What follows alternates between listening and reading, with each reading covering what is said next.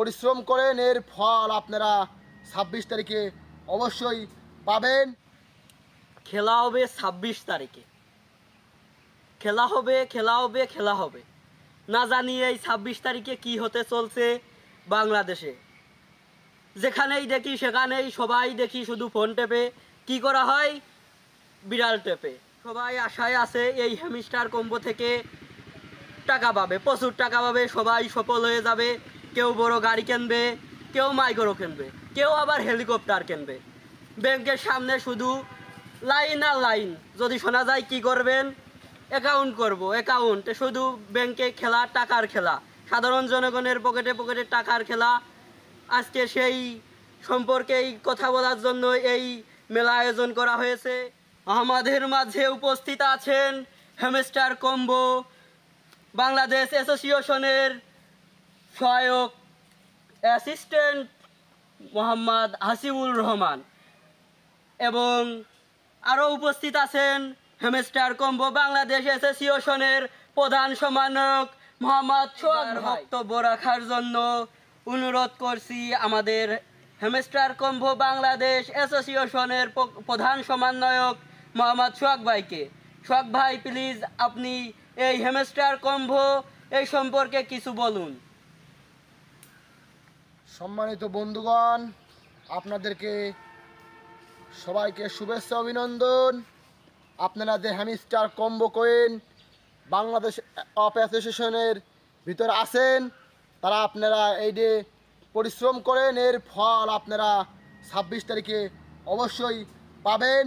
আপনারা এই 26 তারিখ পর্যন্ত এই খেলাটা অব্যাহতভাবে সবাই অবগত আছেন যে আগামী 26 তারিখ হ্যামস্টার কম্বো থেকে আপনারা যে টাকাটা পাবেন, আমি বাংলাদেশ হ্যামস্টার কোম্পানি অফ অ্যাসোসিয়েশনের পক্ষ থেকে আপনাদের জানাচ্ছি, আপনারা আর মাত্র কয়েকদিনের ভিতর আপনাদের টাকাটা পাবেন। আপনারা এখন বেশি বেশি করে পরিশ্রম করুন।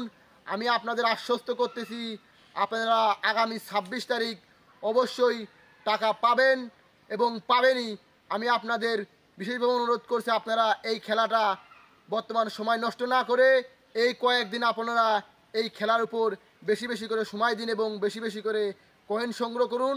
আপনারা আপনাদের পরিশ্রমের ফল অবশ্যই পাবেন। সংগ্রামী সাথী ও বন্ধুগণ, আপনারা সবাই অবগত আছেন যে আগামী 26 তারিখ হ্যামস্টার কম্বো কয়েন যে টাকাটা দেবে সেটা আমরা পাবো আশা করছি।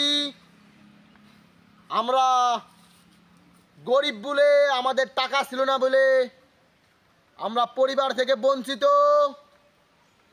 দোকানদারদের কাছ থেকে আমরা কোনো কিছু নিতে পারতাম না। তারা আমাদের নানাভাবে অপমান অপদস্থ করত খেলার মাঠে এবং নানা কাজে। আমাদের টাকা না থাকার কারণে আমরা সেখানে অংশগ্রহণ করতে পারিনি, আমাদের মনে আশা থাকা সত্ত্বেও।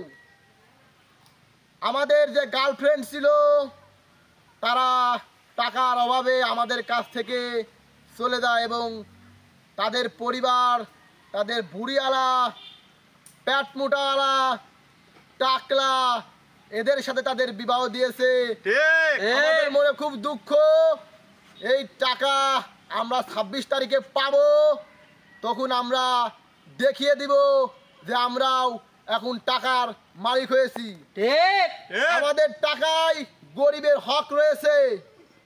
আমরা যখন টাকাটা ব্যাংক থেকে তুলতে যাব 26 তারিখে, তখন আমরা কোনো যানবাহনে যাব না, ভ্যান, রিক্সা, ট্রাক কোনো কিছুতে না যেয়ে আমরা 10 জন কামলা ঠিক করে আমাদের সেই 10 বস্তা টাকা 10 জন ব্যক্তির মাথায় দিতে পারি, তাহলে আমরা খুব খুশি হব, কারণ আমাদের টাকায় তাদের হক রয়েছে। দেশের যে বর্তমান অর্থনৈতিক অবস্থা, তাদের যদি আমরা সাহায্য সহযোগিতা না করি তাহলে দেশের অর্থনৈতিক অবস্থা আরও খারাপ পর্যায়ে যাবে।